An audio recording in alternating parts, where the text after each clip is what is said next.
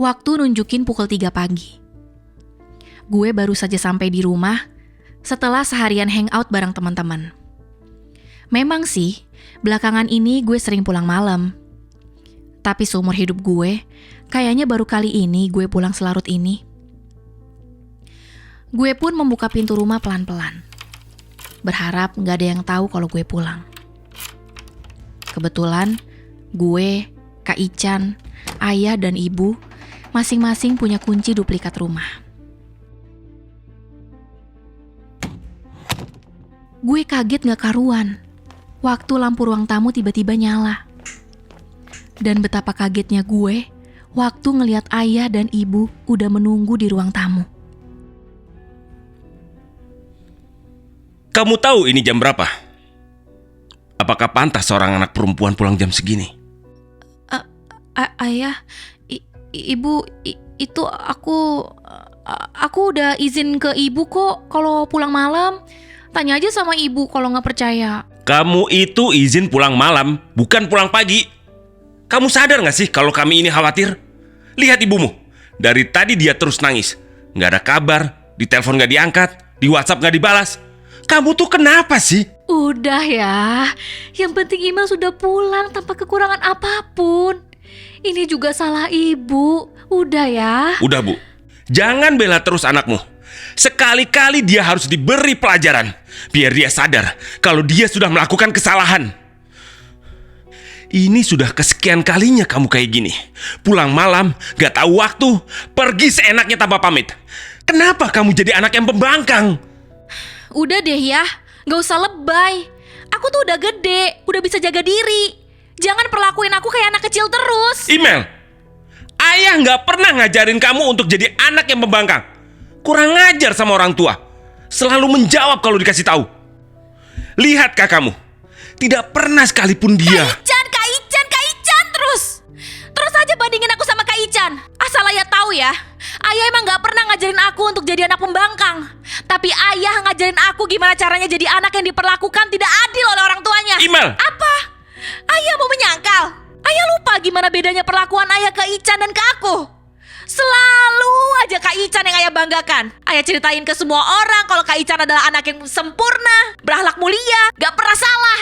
Semua yang Kak Ican mau, ayah kasih. Bandingin sama aku, yang harus sampai mohon-mohon sama ayah. Itu pun gak bikin ayah pada akhirnya ngabulin apa yang aku mau. Ayah emang pilih kasih. Cukup! Ayah jangan. Kenapa? Kenapa berhenti? Tampar ya, tampar email. Biar ayah puas, biar email semakin yakin kalau ayah emang gak pernah sayang sama email. Mungkin ayah emang harus merasa kehilangan, biar ayah bisa rasain betapa berharganya sesuatu yang udah hilang. Dan ayah harus tahu, email kecewa sama ayah.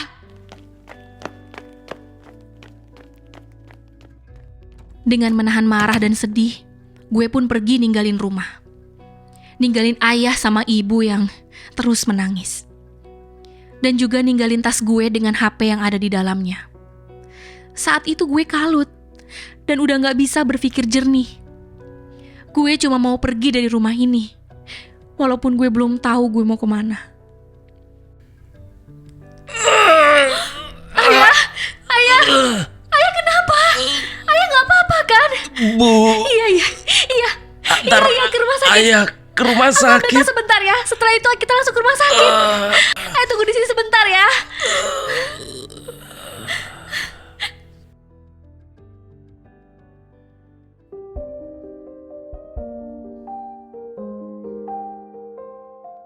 Waktu terus berlalu, hari berganti hari. Udah 5 hari sejak gue ninggalin rumah. Dan sejujurnya gue gak pingin pulang. Tapi rasa bersalah gue sama ayah bikin hati gue gak tenang. Tiap malam gue selalu kepikiran sama ayah. Emang sih, gue merasa ayah gak adil dan pilih kasih. Tapi kayaknya gak seharusnya gue ngomong gitu ke ayah. Dan yang pasti, gue kangen sama ibu. Kangen sama pempek buatan dia yang rasanya selalu ketinggalan di hati. Dengan langkah yang berat, gue beranikan diri untuk pulang. Tapi tiba-tiba, nafas gue kerasa berat dan kayak berhenti. Waktu lihat ada bendera kuning yang terpasang di pagar rumah. Tanpa sadar pipi gue udah basah sama air mata. Dengan perasaan kalut, jantung gue berdegup kencang. Dan kaki ini kerasa kayak terpaku di bumi.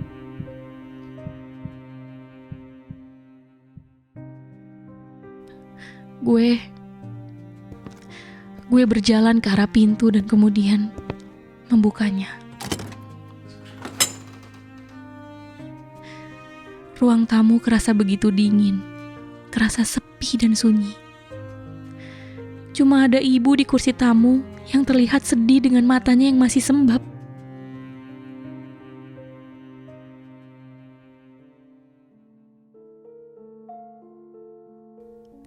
Saat dia melihat gue, seketika itu juga dia bangkit dari duduknya.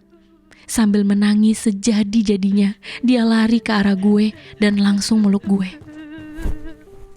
Jujur, gue gak tahu apa yang terjadi. Perasaan ini campur aduk gak karuan. Hati gue kerasa sakit banget. Di kepala gue cuma terbayang wajah ayah yang tersenyum ke gue. Dan tanpa bisa gue tahan, gue pun ikut menangis sejadi-jadinya.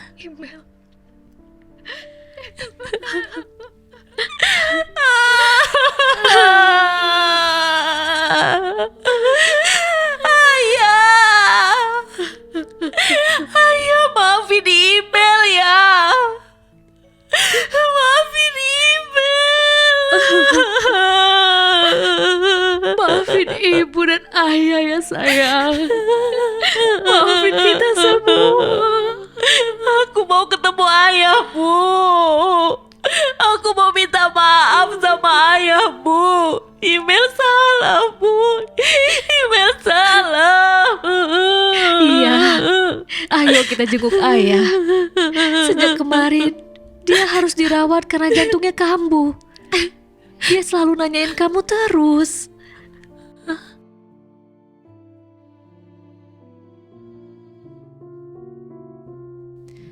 Bagai tersambar petir, gue sejenak terdiam mendengar apa yang baru saja ibu katakan.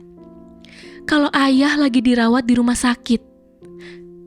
Terus, bendera kuning di depan rumah. Saat itu juga gue langsung jatuh, terduduk di lantai dengan tatapan mata yang kosong. Perasaan gue semakin berkecamuk, semakin hancur gak menentu.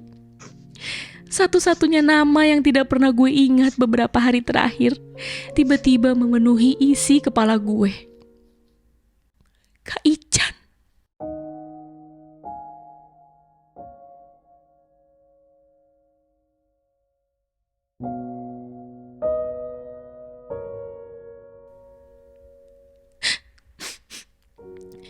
Ibu, Kak Ican mana?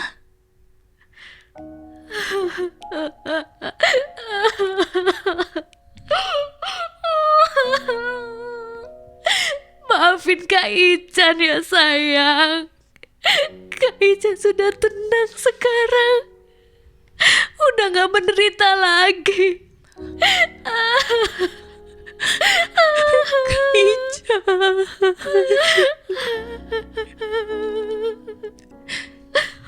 Mendengar nama itu, sontak membuat mata ibu kembali dibanjiri air mata tanpa terkendali. Ibu kembali memeluk gue dengan begitu kencang, bikin dada ini semakin sesak dan sakit. Maafin Kak Ican ya sayang. Kakak udah tenang sekarang. Enggak, Bu. Udah gak menderita lagi. Enggak, Bu. Kak Ican.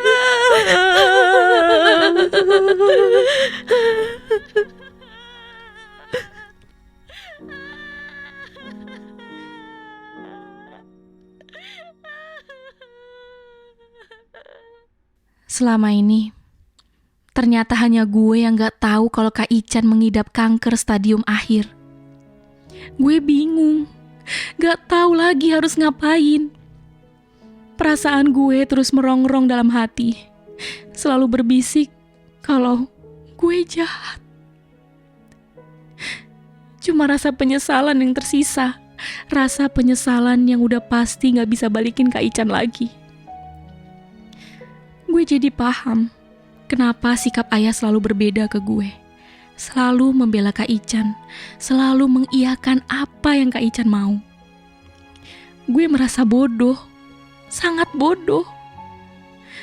Ternyata, jika emosi mengalahkan logika, terbukti banyak ruginya.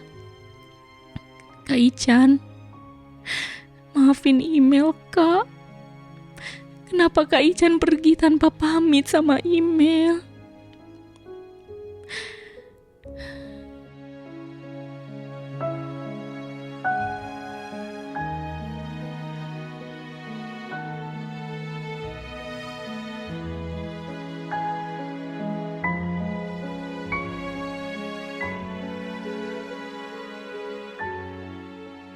Yang tersisa dari semua ini hanyalah rasa penyesalan, rasa bersalah, foto-foto Kak Ican, dan sebuah surat yang Kak Ican tulis buat gue untuk terakhir kalinya.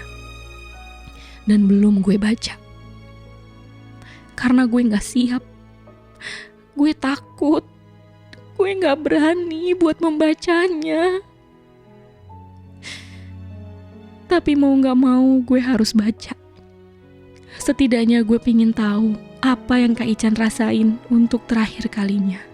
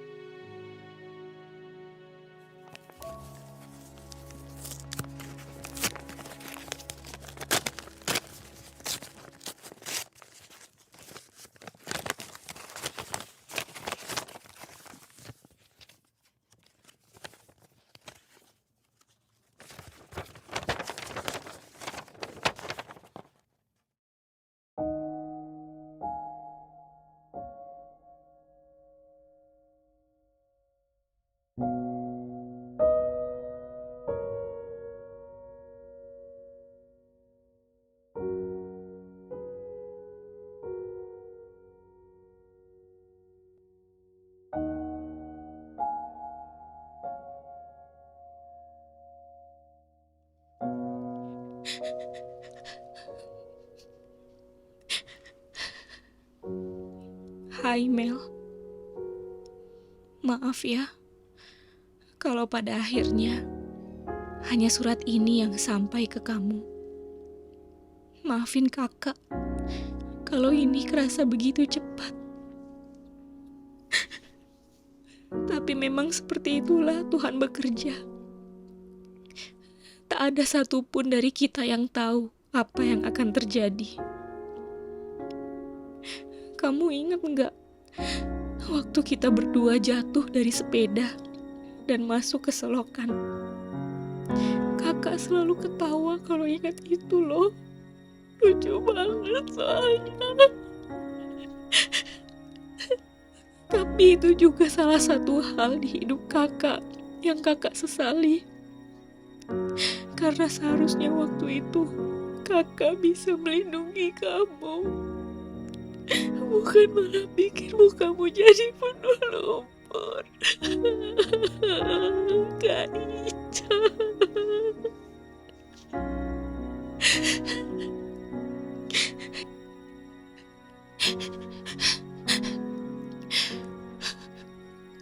Tapi pada akhirnya sekarang kakak beneran sedih. Karena sekarang kakak gak bisa jagain kamu lagi.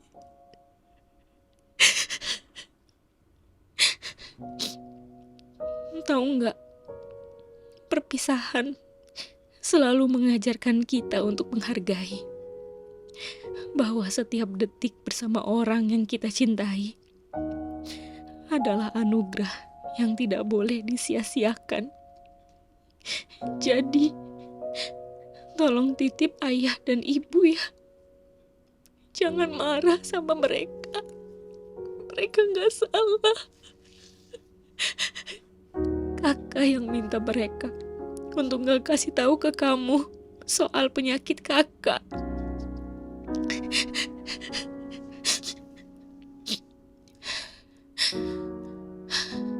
Kamu tahu nggak?